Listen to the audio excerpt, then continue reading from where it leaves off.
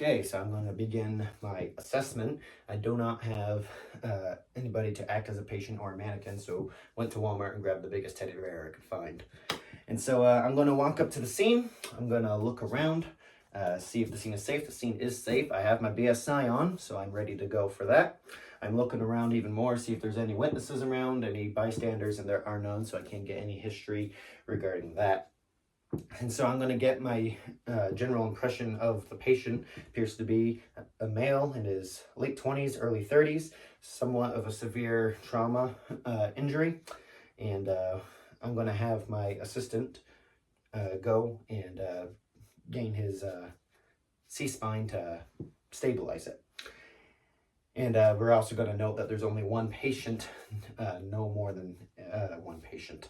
So once my assistant has a C-spine stabilized, I am going to walk up to him and I am going to try verbal stimulation to see if he is responsive. I'm going to tell him, hello, my name is Noah.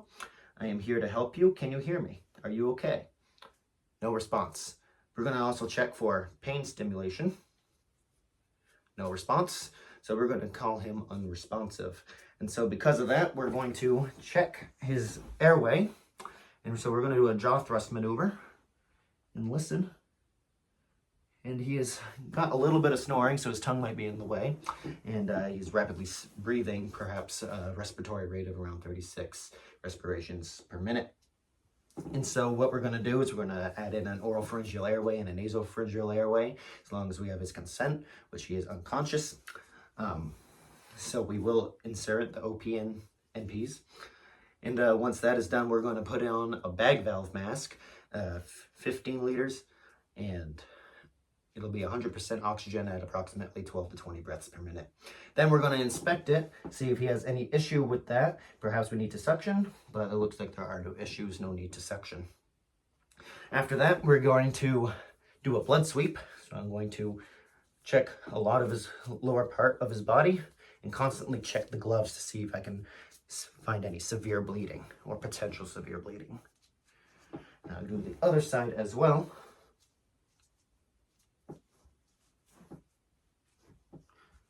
And there is no potential severe bleeding that I could find. And so we're going to expose the chest, see if we can see anything life-threatening on his chest. And we notice right away, his left side, he's got crepitus and deformity. And so we're not even going to touch that. And we're going to check his right side as well, which seems to be intact. You can also check the right side is going higher than the left side. So his breathing is a little different there. So we're going to consider him as a high priority patient after we get his pulse. He does have a pulse. So we're going to consider him as a high priority patient. We're going to call in a paramedic intercept. We're going to get dispatched to do that along with a trauma team alerted.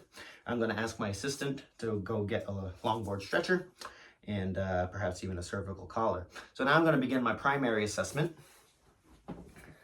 And I am going to begin to look for decap BTLS on his head and face, but it's going to be more of a quick way. Any obvious signs of more traumatic injury?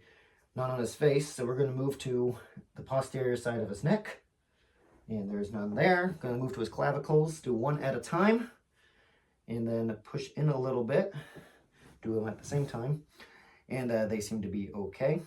We're going to check his throat for tracheal deviation or JVD, or even a stoma, and he does not have any of that, so it is safe to put on a cervical collar. We're going to move down a little further. Once again, palpate his right chest, not touch the left chest. We're going to go down a little further, maybe go down into the posterior side. And then this is actually the good time to check for his respiratory. See how he's breathing.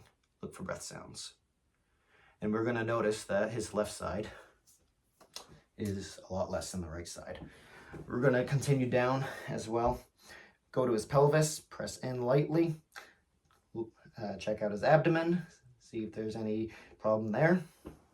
And there appears to be no deformity of either one. We're going to go down further to the lower extremities. We're going to cut open the clothes to reveal the lower extremities. And right away, we'll notice that the left leg is deformed, has crepitus, and is discolored and swelling. So We're not even going to touch that, but we are going to get a feel of how big it is. And then continue down, check for a pulse, and there is no pulse. We're going to continue on to the other lower extremity, palpate it, no deformity. And then check for pulse. There is a weak thready pulse on this leg, but it is a pulse. We're gonna go to the upper extremity after we expose it and check for pulse, palpate it.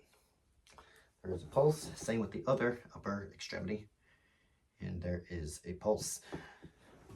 So next up, we are assuming that my assistant came back with the longboard stretcher. We're going to put the cervical collar on. We're going to lift him like this. We're going to check his back for any deformity here, and then move him onto the longboard stretcher. There is no deformity on his back, by the way. So now we're going to transport him to the back of the ambulance. Me and my assistants will go and get him ready, and then we can begin our secondary assessment. And so for our secondary assessment, we're going to go into further detail, and we're going to once again start at the head, look around. I'm looking for any more decap or BTLS, but I'm going to go further into depth. Look at the orbits, maxilla, mandible, nose, anywhere that could potentially get broken or deformed. And he seems to be doing okay. I'm going to check his pupils for any reaction. His pupils are doing just fine. I'm going to check his ears to find any bodily fluid or any evidence of battle sign. And he's doing fine. And then I'm going to continue down, once again, back to the posterior side of the neck. He's doing okay. Clavicles, one at a time, then both at a time. Push them in lightly. And then we're going to go to the throat once again, check for any tracheal deviation or GVD, and nothing has changed. Nothing's changed about that at all. So we're going to continue to the chest, palpate the right side, go into the lower area, continue checking. And we're going to notice on the chest too if there is any medical tags or not, which there is not. We're also going to reassess what the lung sounds are like.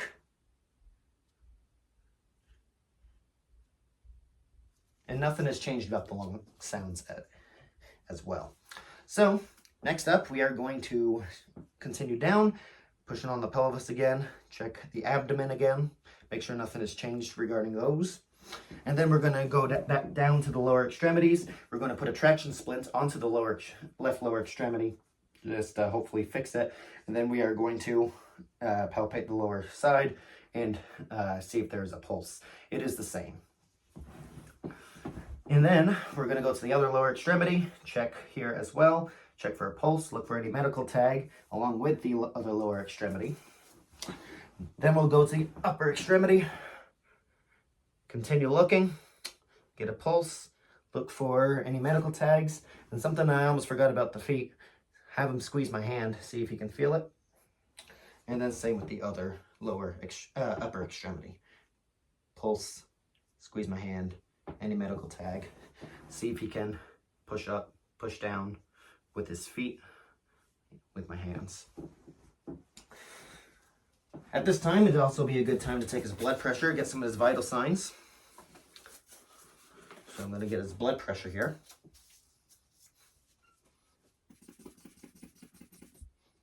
And so we find out that he has low blood pressure. His blood pressure is 80/56. And we're going to get his approximate pulse rate. And it comes to 140. So we find out that he's got a rapid heartbeat as well. So we're going to put a blanket over him. If he is conscious, we'd also try to get a sample history of him, signs and symptoms, any allergies.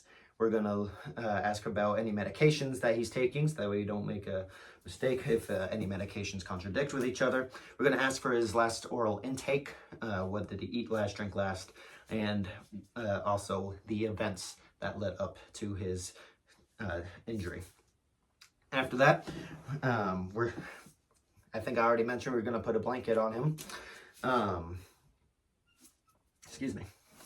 So we're going to put a glucometer on him so that we can get his blood sugar levels, and then meet up with the paramedics and give them all the information that I have received so far.